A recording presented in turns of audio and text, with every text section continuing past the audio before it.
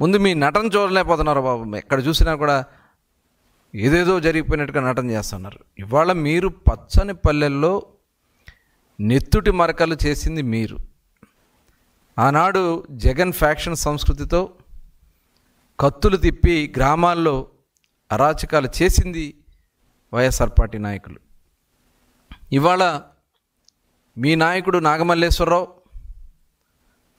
సర్పంచ్గా ఆనాడు అధికారాన్ని అడ్డం పెట్టుకుని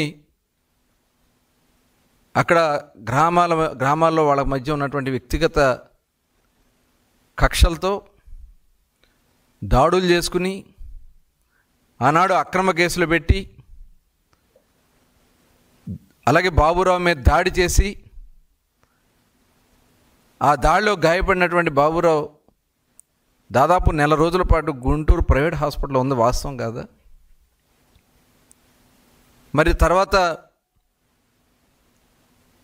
ఆ గ్రామాల్లో చేసినటువంటి అరాచకాలు అక్కడ ఉన్నటువంటి గ్రామస్తులకు తెలియదా?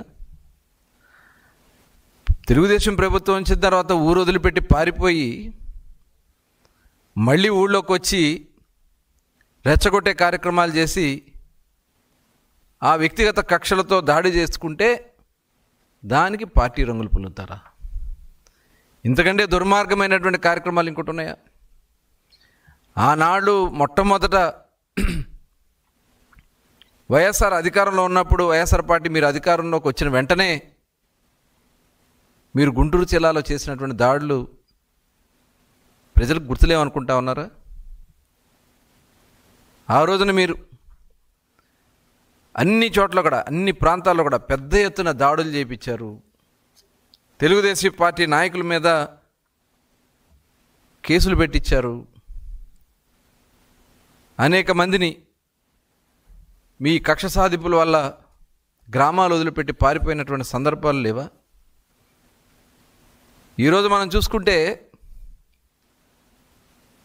మరి గతంలో తెలుగుదేశం పార్టీ నాయకుల పైన అచ్చెన్నాయుడు గారి దగ్గర నుంచి అనేక మంది నాయకులు నా మీద ఒకటి, చివరికి మా నాయకుడు నారా చంద్రబాబు నాయుడు గారి మీద కూడా మీరు కక్ష సాధింపుతో జైలుకు పంపించింది వాస్తవం కాదా? మరి ఆ రోజు మనం చూసుకున్నట్టయితే చెన్నుపాటి గాంధీ గారు విజయవాడ సొవ్వతో కన్ను పొడిచి కన్ను పోగొట్టింది మీ ప్రభుత్వం కాదా? దానికి కారణం జగన్మోహన్ రెడ్డి గారు కాదా? అలాగే దళిత సిఐ ఆనందరావుని బ్లాక్మెయిల్ చేసి బెదిరిస్తే తట్టుకోలేక అతను ఆత్మహత్య చేసుకుంది వాస్తవం కాదా? మీ నాయకులు పెద్దారెడ్డి చెప్పినటువంటి పనులు చేయలేదని చెప్పి ఆ రోజున కక్ష సాధింపులు చేసి గుర్రయ్య ఆత్మహత్య చేసుకుంది వాస్తవం కాదా? అలాగే ఒక పేదవాడైనటువంటి అమర్నాథ్ గౌడ్ పెట్రోల్ పేసి తగలబెట్టింది మీ ప్రభుత్వంలో కాదా? నందం సుబ్బయ్య, దాదాపు తోటచంద్ర, ఇలాంటి దాదాపు 80 మంది తెలుగుదేశం పార్టీ నాయకుల్ని పొట్టన పెట్టుకుంది మీ దుర్మార్గమైనటువంటి పార్టీ కాదా అని చెప్పి నేను అడుగుతా ఉన్నా. దీనికి సమాధానం చెప్పండి. ఇవాళ ఏదో జరిగిపోయింది అని చెప్పి అసత్యపు ఆరోపణలు చేసి ప్రభుత్వాన్ని బ్లాక్మెయిల్ చేయాలనో లేకపోతే ప్రభుత్వంలో ప్రజల్లో ఒక తప్పుదారి పట్టించాలని ప్రయత్నం చేస్తే అది జరగదనే విషయాన్ని మీరు ఈ సందర్భంగా తెలుసుకోవాలి. అలాగే చూసాం, ఆనాడు సీఎంగా ఉన్నటువంటి జగన్మోహన్ రెడ్డి గారి ఇంటికి దగ్గరగా ఆ ఒక దళిత ఆడబిడ్డ మీద అఘాయిత్యం చేసి హత్య చేస్తే కనీసం పట్టించుకున్నటువంటి సందర్భం లేదు.